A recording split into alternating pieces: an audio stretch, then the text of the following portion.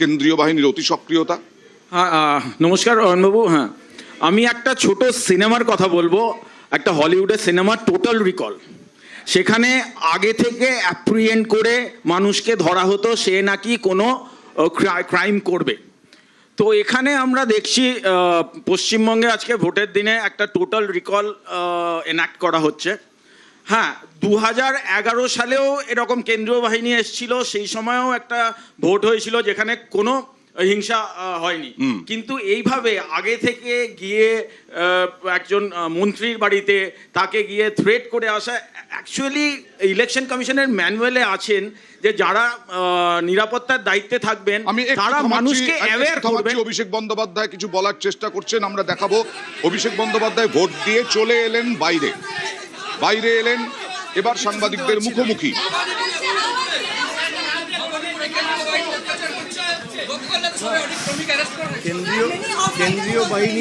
কেন্দ্রীয় বাহিনী ধারাবাহিকভাবে এটা প্রথম ফেজেও করেছে এবং আপনারা জানেন অনারেবল হাইকোর্টের অর্ডার থাকার পরেও, কন্টেম্প নোটিশ সার্ভ করার পরেও এরা ধারাবাহিকভাবে ভয় দেখানোর জন্য এখতিয়ার বহির্ভূত কাজ করছে। বিভিন্ন জায়গায় পুলিশ অবজারভার, জেনারেল অবজারভার গিয়ে ভয় দেখাচ্ছে, সাধারণ মানুষদের ভীত সন্ত্রস্ত করে দেওয়ার একটা চেষ্টা। এমনিতেই গায়ের জোরে 30 লক্ষ লোকের নাম বাদ দেওয়া হয়েছে, কিন্তু এসব করে কোনো লাভ নেই। প্রথম দফায় বিজেপি কুপকাত হয়ে গেছে, এই দফায় দফা হবে।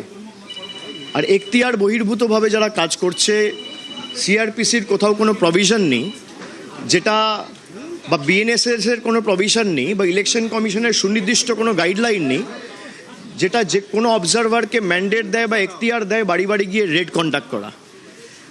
অবজারভাররা নির্বাচন কমিশনের চোখ এবং কান হিসেবে কাজ করবে এবং রিপোর্ট দেবে এসপিকে, রিপোর্ট দেবে নির্বাচন কমিশনকে।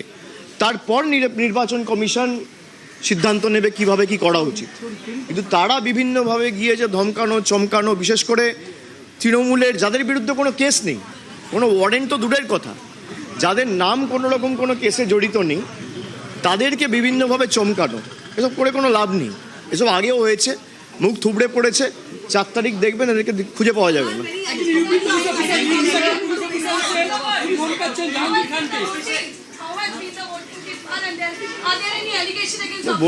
Voting has just started. It's only 8:30 a.m. Voting has just started. We should wait for another couple of hours before jumping to any conclusion. The mock polls in different booths have just concluded. But the way the police observers have been behaving, the Constitution or the CRPC or the BNSS or any election commission's guideline doesn't give them the mandate or empower them to conduct raids. And despite High Court orders, they are flouting the guidelines that has been laid by the High Court and the Honorable Supreme Court. They are flouting the guidelines that has been laid by the Election Commission's own set of guidelines in the Electoral Observers Handbook, and trying to exceed their brief and mandate and acting as a subservient of their political master sitting in Uttar Pradesh and Delhi. However, none of these tricks will work. When the ballots open and the results are out, you will see that Trinamool Congress will come back with a bigger and better majority, no matter how much might BJP puts. We have given the letter and complaint to the Election Commission, to the CEC, to the CEO's office. Now it is for them to act.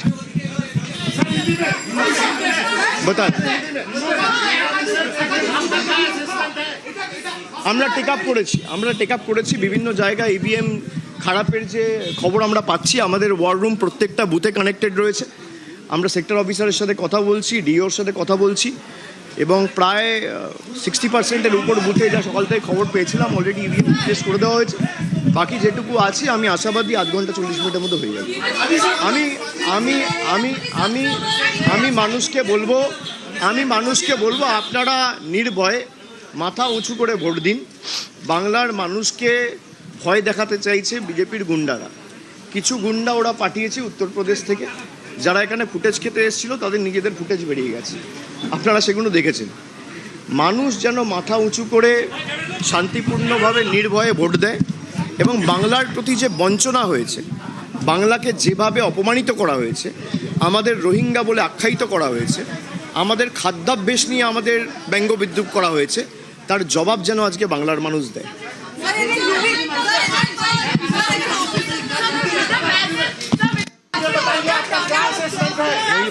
মহিলারা আছে, ধাক্কা দিও না। हिंदी में बोल देता हूँ। नहीं देखिए, असेसमेंट ये है कि अभी तो चुनाव स्टार्ट हुआ है, 8:30 बज रहे हैं। हाई कोर्ट के क्लियर गाइडलाइंस के बावजूद भी गाइडलाइन सुप्रीम कोर्ट के मानते नहीं है। ऑब्जर्वर्स जाके घर घर रेड करते हैं। वो लोग चाहते नहीं है लोग आए और इस लोकतंत्र प्रक्रिया।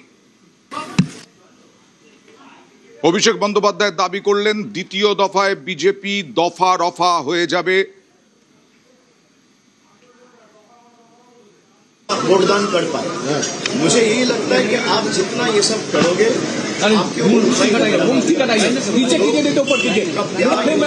বিজেপি দফা রফা হয়ে যাবে। দ্বিতীয় দফায় এখতিয়ার বহির্ভূত কাজ করছে কেন্দ্রীয় বাহিনী, এই অভিযোগও করলেন। जाओगे चाहे आप कितना एड़ी चोटी का जोर लगा लो। ये मेरा चैलेंज है बीजेपी से। 4 तारीख को जब मतदान के नतीजे आएंगे तब आप देख लेना।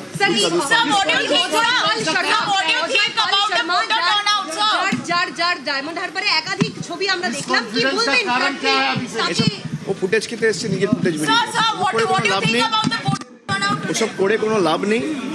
যারা ভাবছে এসব ধমকে চমকে তৃণমূলকে দমিয়ে রাখবো, ফলতায় দেখবেন 2024-এর ব্যবধানে তৃণমূলের ভোটের লিড বাড়বে। বিজেপি শুনুন, ডায়মন্ড হারবারের মাটিতে বিজেপির এজেন্ট দেওয়ার লোক নেই। বিজেপি যদি এজেন্ট দিতে না পারে, দায় দায়িত্ব তো আমার না। আমি তো বিজেপির হয়ে এজেন্ট বসাতে পারি না, সেটা তো বিজেপির লোকেদের করতে হবে। বিজেপির লোকেদের যদি কোথাও বসতে না দেওয়া থাকে, আমাকে জানাক, আমি বসিয়ে দেবো। How can I say I've not received the numbers? You people are